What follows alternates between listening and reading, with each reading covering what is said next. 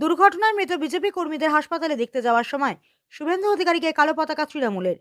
মোদীর সভায় যোগদান করতে আসার সময় তাহিরপুরে ঘন কুয়াশায় ট্রেন দেখতে না পেয়ে ট্রেনের ধাক্কায় মৃত 3 জন। এই খবর পেয়ে বিরোধী দলনেতা শুভেন্দু অধিকারী শক্তিনগর জেলা হাসপাতালে যায়।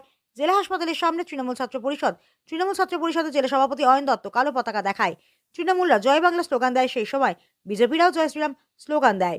এই নিয়ে তৃণমূল ও বিজেপির মধ্যে বচসা শুরু হয়। শুভেন্দু অধিকারী নিরাপত্তার দায়িত্বে থাকা সিআরপিএফ প্রায় তৃণমূলীদের উপরে লাঠিচার্জ করে। তৃণমূল ছাত্র পরিষদের কয়েকজন আহত হয়, যারা হাসপাতালে ভর্তি আছে বলে তৃণমূল ছাত্র পরিষদের জেলা সভাপতি অয়ন দত্ত সাংবাদিকদের কথা বলেন। সুকান্ত মজুমদার তিনি বলেন যে তৃণমূলের রীতি এরকমই, তৃণমূল এরকম ঝামেলায় রাজনীতি করে, তৃণমূল রাজ্যে নোংরা রাজনীতি করে বলে তিনি বলছেন। যুব জেলা সভাপতি অয়ন দত্ত তিনি বলেন যে কেন্দ্র বাংলাকে বঞ্চনা করছে এবং উন্নয়নের কোনো টাকা করে দিচ্ছে না পশ্চিমবঙ্গ সরকারকে। এসআইআর এর নাম করে বৈধ ভোট কেটে দিচ্ছে।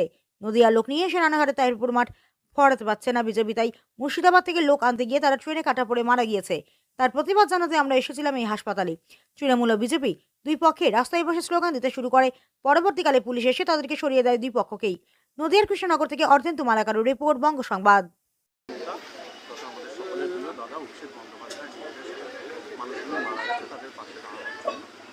ওনাদের নেতৃত্বের সঙ্গে কথা বলে পরিবারগুলোর পাশে থাকবে, পোস্টমর্টমের জন্য যেগুলো করে সবাই পরিচয় দেবে।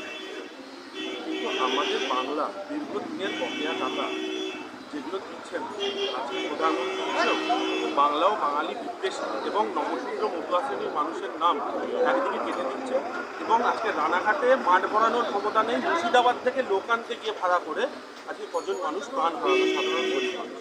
আমরা এই বিষয়ে সুকান্তবাবু এবং শুভেন্দুবাবুকে ধিক্কার জানাতে এখানে এসেছিলাম শক্তিনগর হাসপাতালে। যেহেতু হসপিটাল চত্বরে অনেক রোগী থাকেন এবং নোয়ার অনেক মানুষ, তাই আমরা রাস্তার এপাশে দাঁড়িয়েছিলাম। কিন্তু শুভেন্দুবাবুর ইনস্ট্রাকশনে যেভাবে সিআরপিএফ এসে আমাদের ছাত্র রাজনীতির সঙ্গে বা যুবর সঙ্গে যারা সাধারণ ছাত্রছাত্রীরা বা যারা যুব কংগ্রেসের যারা আমাদের কর্মকর্তারা রয়েছে তাদের উপর বেধড়ক লাঠিচার্জ করে এবং বেশ কিছু জন আহত হয়েছেন, বেশ কিছু মোটরসাইকেল ভেঙে দিয়েছে সিআরপিএফ।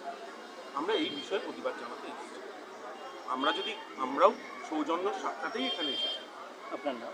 আমার নাম অয়ন দত্ত, আমি নদিয়া জেলা উত্তর সুন্দরবন জেলা তৃণমূল যুব কংগ্রেসের উপর হামলা করার চেষ্টা করছে। অয়নবাবু আগে চোখটা খুলে শেখো, বাংলাদেশে কী হচ্ছে দেখো। জয় বাংলা বলছো, নিজের বাড়িতে গিয়ে বলো বাবা মাকে জয় বাংলা, লুঙ্গি সামনে।